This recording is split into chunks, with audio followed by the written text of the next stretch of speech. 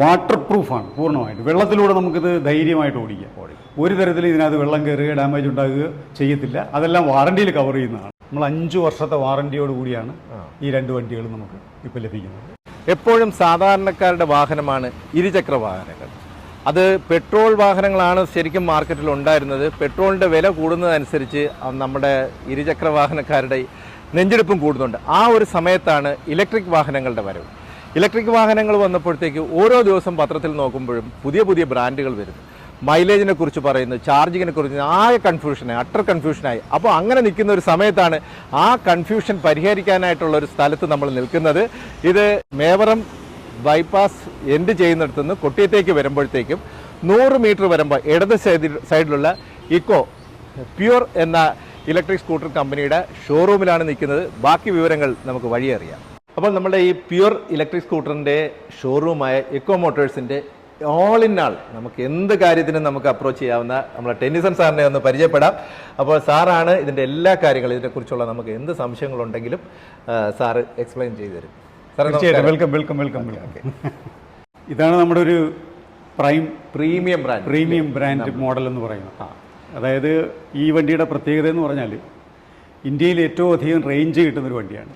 ഇന്ത്യയിൽ ഇത്രയും റേഞ്ചുള്ള scooter, electric scooter നമുക്ക് ഇതുവരെ അവൈലബിൾ അല്ല. ഒരു ചാർജ് ചെയ്യുമ്പോൾ 201 കിലോമീറ്ററാണ് നമുക്ക് ഈ വണ്ടി സിംഗിൾ ചാർജിങ്. അപ്പോൾ അതിന് എത്ര സമയം എടുക്കുമായിരിക്കും?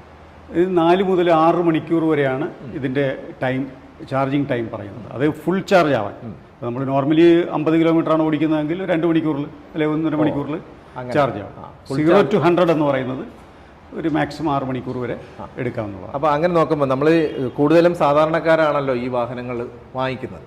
അപ്പോൾ അതിൻ്റെ നമുക്കൊരു ഡെയിലി എക്സ്പെൻസ് അത് എത്രത്തോളം ഒരു ദിവസത്തേക്ക് നമുക്ക് ചിലവാകുക? അത് വളരെ കൃത്യമായിട്ട് നമുക്ക് കാൽക്കുലേറ്റ് ചെയ്യാൻ പറ്റും. കാരണം ഇപ്പോൾ നമ്മൾ ഇതിനകത്ത് ഉപയോഗിക്കുന്നത് 3.5 കിലോ വാട്ട് ബാറ്ററിയാണ്. ഇപ്പോൾ 3.5 കിലോ വാട്ട് ബാറ്ററിയാണ് ഉപയോഗിക്കുന്നതെങ്കിൽ ആ ബാറ്ററി പൂർണ്ണമായും ചാർജ് ചെയ്യാൻ നമുക്ക് ആവശ്യമായിട്ട് വരുന്നത് 3.5 യൂണിറ്റ് കറണ്ടാണ്. 3.5. ഓക്കെ. അപ്പോൾ 3.5 യൂണിറ്റ് കറണ്ട് ആകുമ്പോൾ താങ്കൾക്ക് അത് കാൽക്കുലേറ്റ് ചെയ്യാൻ പറ്റും. 15 രൂപ അല്ലെങ്കിൽ 20 രൂപ. 1 കിലോമീറ്ററിന് 10 പൈസയുടെ ചിലവാണ് പരമാവധി ഈ വണ്ടിക്ക് വരുന്നത്. ഇത് നമ്മുടെ ബൈക്കുകളിലൊരു താരമാണ് അല്ലേ?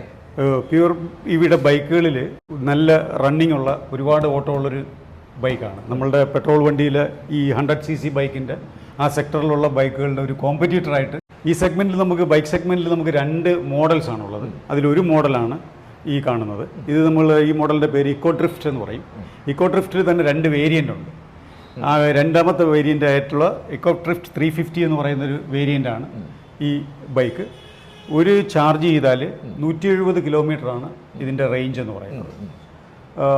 4-5 മണിക്കൂറാണ് ഇതിൻ്റെ ചാർജിങ് ടൈമായിട്ട് നമുക്ക് വരുന്നത്. പിന്നെ ധാരാളം ഫീച്ചേഴ്സ്. ഇതിൻ്റെ ടോപ്പ് സ്പീഡ് എന്ന് പറയുന്നത് 80 കിലോമീറ്റർ വരെ വരുന്നുണ്ട് ഇതിൻ്റെ ടോപ്പ് സ്പീഡ്. എനിക്ക് ഒരു സംശയമുണ്ട്. പൊതുവേ ഈ ഇലക്ട്രിക് വാഹനങ്ങളുള്ളവരുടെ ഒരു സംശയമാണ്, ഈ മഴയത്ത് ഇത് പോകുമ്പോൾ പലർക്കും ഒരു ഇതുണ്ട്, അതിന് എന്തെങ്കിലും കുഴപ്പം പറ്റുമോ? ഇത് നമ്മളെ ഈ ബൈക്ക് ആയിട്ട് എങ്ങനെ അതിന് ആഡ് ചെയ്യാൻ പറ്റും? നമ്മുടെ ബൈക്ക് മാത്രമല്ല, നമ്മുടെ സ്കൂട്ടറുകൾ ഇത് നിങ്ങൾ നോക്കിയാൽ നിങ്ങൾക്ക് മനസ്സിലാകും. ഇതൊരു ഹബ്ബ് മോട്ടോർ സംവിധാനത്തിലാണ് ഇത് പ്രവർത്തിക്കുന്നത്. ഹബ്ബ് മോട്ടോർ എന്ന് പറയുമ്പോൾ വീലിനകത്ത് നമുക്ക് നേരിട്ട് ഇവിടെ നമുക്ക് കാണാൻ പറ്റും. വീല് നേരിട്ട് ഒരു മോട്ടറുമായിട്ട് ബന്ധിപ്പിച്ചിരിക്കുകയാണ്. ഒരു BLDC ഹബ്ബ് മോട്ടറാണ് ഈ പിടിപ്പിച്ചിരിക്കുന്നത്. ഇത് പൂർണ്ണമായും വാട്ടർ സീൽഡാണ്. മറ്റു വാഹനങ്ങൾ പോലെ ഒരു ബെൽറ്റ് ഡ്രൈവോ അല്ലെങ്കിൽ ഒരു ഗിയർ ഡ്രൈവോ ഒന്നും ഇതിനില്ല. ഇത്രയും മെയിൻ്റനൻസ് കുറഞ്ഞ് വളരെ സിമ്പിളായിട്ടുള്ളൊരു ടെക്നോളജി ഉപയോഗിച്ചാണ് ഈ പ്യൂർ EV നമ്മളുടെ ഈ ബൈക്ക് ചെയ്തിരിക്കുന്നത്. വാട്ടർ പ്രൂഫാണ് പൂർണ്ണമായിട്ട്. വെള്ളത്തിലൂടെ നമുക്കിത് ധൈര്യമായിട്ട് ഓടിക്കാം. ഒരു തരത്തിൽ ഇതിനകത്ത് വെള്ളം കയറുകയോ ഡാമേജ് ഉണ്ടാകുകയോ ചെയ്യത്തില്ല. അതെല്ലാം വാറണ്ടിയിൽ കവർ ചെയ്യുന്നതാണ്. വഴിയിൽ കിടക്കത്തില്ല, ബെൽറ്റ് പൊട്ടി വഴി കിടക്കത്തില്ല, ബെൽറ്റ് തേയ്മാനം ഉണ്ടായിട്ട് സ്ലിപ്പാവത്തില്ല, അത്തരത്തിൽ ഒരു പ്രശ്നവുമില്ല. Simple technology. അതായത് ഈ ഇലക്ട്രിക് സ്കൂട്ടറുകൾ അല്ലെങ്കിൽ ഇലക്ട്രിക് വാഹനങ്ങൾ നിലവിൽ വന്നത് ഇത്തരം ഒരു സിംപ്ലിസിറ്റിക്ക് വേണ്ടിയാണ്. കോംപ്ലക്സ് ആയിട്ടുള്ള എഞ്ചിൻ പാർട്സുകളിൽ നിന്ന് വളരെ സിമ്പിളായ ഒരു ടെക്നോളജിയിലേക്ക് മാറുമ്പോൾ നിർഭാഗ്യവശാൽ ഇപ്പോഴും ചില വണ്ടികളിൽ കോംപ്ലക്സിറ്റിയിലോട്ട് പോകുന്നുണ്ട്. പവർ കൂടുതൽ ആവശ്യമുള്ള വണ്ടികളിൽ വേണം. പക്ഷേ സാധാരണ മനുഷ്യർ യൂസ് ചെയ്യുന്ന വണ്ടികളിൽ അത്തരത്തിലൊരു കോംപ്ലക്സിറ്റിയുടെ ആവശ്യമില്ല. വളരെ സിമ്പിളായിക്കൊണ്ട് തന്നെ നമുക്ക് ആ ആവശ്യങ്ങൾ പൂർത്തീകരിക്കാൻ സാധിക്കുമെന്നാണ് എനിക്ക് തോന്നുന്നത്. സർ, ഇതിൻ്റെ ഡിസ്പ്ലേ സാധാരണ ഒരു വ്യത്യാസമായിട്ട് കാണുന്നത്, അതൊന്ന് എക്സ്പ്ലെയിൻ ചെയ്യണം. എന്താണ് ഇതിൻ്റെ മെറിറ്റ്സ്? ഇതിപ്പോൾ നമുക്ക് ഇപ്പോൾ ഈ ഡിസ്പ്ലേ ഓണായി കഴിഞ്ഞു, താക്കോല് നമ്മൾ ഉപയോഗിച്ചിട്ടില്ല. അപ്പോൾ തികച്ചും റിമോട്ടായിട്ട് തന്നെ നമുക്ക് ഈ ഡിസ്പ്ലേ ഓണാക്കി ഈ വണ്ടി ഓടിക്കാൻ പറ്റും.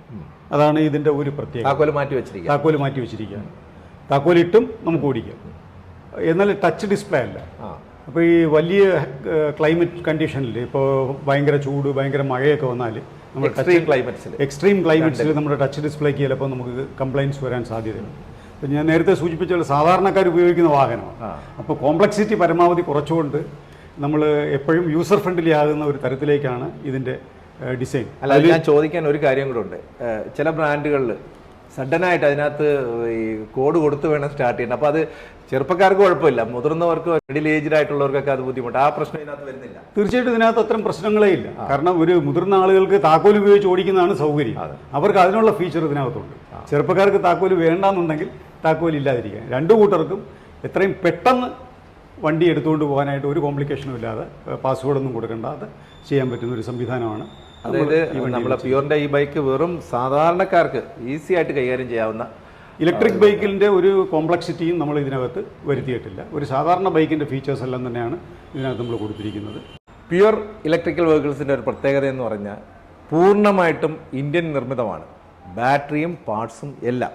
അതുമാത്രമല്ല, ഒരു കുടുംബത്തിന് ആവശ്യമുള്ള എല്ലാവർക്കും വേണ്ടി, അതായത് 10ഓളം വേരിയൻസ് ഉണ്ട്.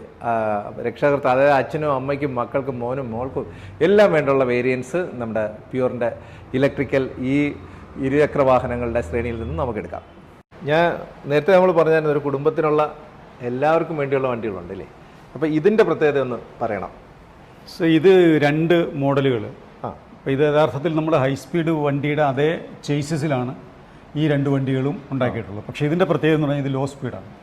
ഇപ്പോൾ സാധാരണ കളിപ്പാട്ടം പോലെ ഒരു വർഷം ഉപയോഗിച്ചിട്ട് കളയുന്ന രീതിയിലായിരുന്നു നമ്മൾ ലോ സ്പീഡ് വെഹിക്കിളുകളെ കണ്ടിരുന്നത്. പക്ഷേ ഇപ്പോൾ അത് മാറി. നമ്മൾ 5 വർഷത്തെ വാറൻറ്റിയോട് കൂടിയാണ് ഈ 2 വണ്ടികളും നമുക്ക് ഇപ്പോൾ ലഭിക്കുന്നത്. അപ്പോൾ കുട്ടികൾക്ക്, സ്കൂളിൽ പോകുന്ന കുട്ടികൾക്ക്, പിന്നെ ലൈസൻസ് ഇല്ലാത്ത ഇത്തിരി മുതിർന്നവർക്ക് ഒക്കെ ഉപയോഗിക്കാൻ പറ്റുന്ന തരത്തിലേക്കുള്ള. കുട്ടികൾ ശ്രദ്ധിക്കണം, ഇത് നിങ്ങളെ ഉദ്ദേശിച്ചിട്ടുള്ള വാഹനമാണ്. അതുകൊണ്ട് അതിന് അമിതമായ സ്പീഡും ഇല്ല ഇല്ലേ? എത്ര വരെ പോകും? 25 സ്പീഡാണ് ഇതിന് വരുന്നത്. അപ്പോൾ അതിനകത്ത് അങ്ങനെ അടിച്ച് ചീറിപ്പാഞ്ഞു പോകാമെന്നൊന്നും ആരും വിചാരിക്കേണ്ട. പക്ഷേ 25 കിലോമീറ്റർ മാനുവായിട്ട് പോകാം. പക്ഷെ ഒരു മോഡറേറ്റ് സ്പീഡാണ്. നമുക്ക് പിന്നെ അത് ഒരുപാട് കാലം ലാസ്റ്റ് ചെയ്യുന്ന, അതായത് ബാറ്ററി എന്ന് പറയുന്നത് 80 കിലോമീറ്റർ നമുക്ക് റേഞ്ച് ഉണ്ട്. ഒരു ചാർജിൽ 80 കിലോമീറ്ററാണ് നമുക്കിത് ഓടുന്നത്. ഇതിൻ്റെ ചാർജിങ് സൈക്കിൾ എന്ന് പറഞ്ഞു കഴിഞ്ഞാൽ 1000 സൈക്കിൾ വരും. എന്ന് പറഞ്ഞാൽ ഒരു 19,000 കിലോമീറ്ററെങ്കിലും ഈ വണ്ടി വെച്ച് ഓടാൻ പറ്റും. എന്നാൽ 10-ലധികം വർഷം വളരെ ഈസി ആയിട്ട് ഒന്നും ചെയ്യാതെ നമുക്ക് ഉപയോഗിക്കാൻ പറ്റുന്നതാണ്. ഇപ്പോൾ ലോ സ്പീഡ് വെഹിക്കിൾ ആയതുകൊണ്ടുള്ള ഒരു ഗുണമെന്ന് വെച്ച് കഴിഞ്ഞാൽ വൈബ്രേഷനൊക്കെ കുറവായതുകൊണ്ട് ഒരുപാട് ലാസ്റ്റ് ചെയ്യും. ധാരാളം കുട്ടികളിപ്പോൾ ഇത്തരം വണ്ടിയിലേക്ക്. പിന്നെ ഈ സ്പീഡ് കുറവായതുകൊണ്ട് താരതമ്യേന അപകടവും കുറവായിരിക്കും. അപകടം കുറവാണ്. സാർ, ഇലക്ട്രിക് വെഹിക്കിൾ മാത്രമല്ല, ഏത് വാഹനമായാലും വാങ്ങിക്കുന്നതിന് മുമ്പ് നമ്മൾ അതിൻ്റെ സർവീസിനെ കുറിച്ച് ആലോചിക്കാറുണ്ട്. കാരണം ഇപ്പോഴും പലരുടെയും പ്രശ്നങ്ങളും ഇപ്പോൾ എടുത്തിട്ടുള്ളവരുടെ ബുദ്ധിമുട്ടും പല വണ്ടിക്കും സർവീസ് ഇല്ല എന്നുള്ളതാണ്. അപ്പോൾ നമ്മൾ ഇവിടുത്തെ സർവീസിനെ കുറിച്ചൊന്ന് പറയണം. അതിന് എത്ര ചാർജ് ആവും, അങ്ങനെ ഫ്രീ സർവീസ് എത്രയാണ്, ഇതൊക്കെ വന്നു. നമ്മളുടെ വണ്ടിക്ക് ആദ്യത്തെ 4 എണ്ണം ഫ്രീ സർവീസാണ്. 1000 കിലോമീറ്ററിൽ, 5000 കിലോമീറ്ററിൽ, 10,000 കിലോമീറ്ററിലൊക്കെ 4 ഫ്രീ സർവീസ് കൊടുക്കുന്നു. അത് കൂടാതെ ഇനി മൊത്തം സർവീസ് നമ്മളുടെ ഇവിടെ തന്നെയാണ് ചെയ്യുന്നത്. നമ്മുടെ ഹൈദരാബാദ് കമ്പനിയിൽ ട്രെയിൻഡ് ആയിട്ടുള്ള ടെക്നീഷ്യൻസ് നമുക്കിവിടെ അവൈലബിളാണ്. സ്പെയർ പാർട്സ് എല്ലാം നമ്മൾ സ്റ്റോക്ക് ചെയ്തിട്ടുണ്ട്. സാധാരണ ഓൺലൈനിൽ ബുക്ക് ചെയ്ത് സർവീസിന് വേണ്ടി കാത്തിരിക്കുന്ന സംവിധാനമൊന്നുമില്ല.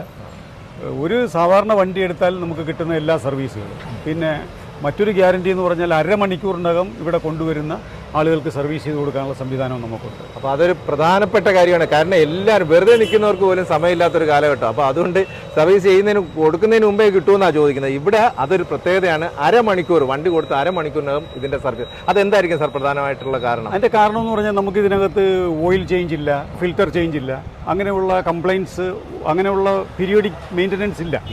അപ്പോൾ അത്തരം പീരിയോഡിക് മെയിൻ്റനൻസ് കുറവാകുന്നത് കൊണ്ട് നമുക്ക് ബാറ്ററിയുടെ വോൾട്ട് ചെക്ക് ചെയ്യുക, അങ്ങനെയുള്ള ഇലക്ട്രോണിക്സ് സംബന്ധമായ ചെക്കിങ്, പിന്നെ ബ്രേക്ക് അലൈൻമെൻറ്റ് അങ്ങനെ ഉണ്ടെങ്കിൽ അത് മാത്രമാണ് നമുക്ക് ചെയ്യേണ്ട സർവീസായി. അപ്പോൾ ഒരു സർവീസിന് എത്ര രൂപയാണ്? പാർട്സുകൾ കുറവാണെന്ന് പറഞ്ഞ് എത്ര രൂപയായിരിക്കും ഒരു മിനിമം എക്സ്പെൻസ്? അത് ആദ്യത്തെ 4 എണ്ണം ഫ്രീ ആണെന്ന് പറഞ്ഞു. അത് കഴിഞ്ഞുള്ള സർവീസിന് ഒരു 200-300 രൂപയ്ക്ക് ഇടയ്ക്കുള്ള ഒരു ചാർജ് ആയിരിക്കും ഒരു സർവീസിന്. സാധാരണ എല്ലാ വണ്ടി വാഹനമൊക്കെ കൊണ്ട് സർവീസ് കൊടുക്കുന്നതിന് മുമ്പ് നെഞ്ചിൽ തീയ. ഇത് 200-300 ഇടയ്ക്ക് നമ്മുടെ പരിപാടി കഴിയും. അത്ര ആയിരിക്കും നമ്മൾ ചാർജ് ചെയ്യുന്നത്. അതുമാത്രമല്ല, ഇപ്പോൾ വളരെ നമുക്കറിയാമല്ലോ ഈ ലോകം ഭയങ്കര സ്പീഡിയാണ്. അതെ അതെ. അപ്പോൾ ആളുകൾക്ക് ഒട്ടും സമയമില്ല. സമയമില്ല. അപ്പോൾ അങ്ങനെയുള്ളത് നമ്മളുടെ ഈ ഇലക്ട്രോണിക്സ് വേഴ്സിന് ഏറ്റവും വലിയ പ്രത്യേകത എന്ന് പറഞ്ഞാൽ നമുക്ക് വേണമെങ്കിൽ വീട്ടിൽ ചെന്ന് അത്യാവശ്യ സർവീസുകാർക്ക് വേണമെങ്കിൽ ചെയ്തു കൊടുക്കാൻ പറ്റുന്ന ഒരു സർവീസ് ടീമും നമ്മൾ സജ്ജമാക്കുന്നുണ്ട് ഇതോടൊപ്പം തന്നെ. വലിയ കാര്യം തന്നെയാണ്. അപ്പം ഞാൻ ഒരിക്കൽ കൂടെ പറയുകയാണ്, ഇത് നമ്മുടെ ഇക്കോ മോട്ടോഴ്സിൻ്റെ ഫ്രണ്ടിൽ നിൽക്കുകയാണ്. പ്യൂറിൻ്റെ ഇലക്ട്രിക് സ്കൂട്ടർ ബൈക്കിൻ്റെ ഷോറൂമാണ് ഇത്. ലൊക്കേഷൻ എന്ന് പറയുന്നത് നമ്മൾ കൊല്ലത്തുനിന്ന് വരുമ്പം മേവറം ജംഗ്ഷൻ കഴിഞ്ഞതിന് ശേഷം 100 മീറ്റർ വരുമ്പോൾ ഇടത് സൈഡിൽ. ഇനി തിരുവനന്തപുരം കൊട്ടിയം സൈഡിൽ നിന്ന് വരുന്നവർ നമ്മളെ ബൈപ്പാസ് തുടങ്ങുന്നതിന് തൊട്ട് മുമ്പ് അതും ഈ പറഞ്ഞ കണക്ക് റൈറ്റ് സൈഡിലാണ്. അപ്പോൾ ഈ രണ്ട് കാര്യങ്ങൾ ശ്രദ്ധിക്കുക. ഇതാണ് നമ്മുടെ ഷോറൂം.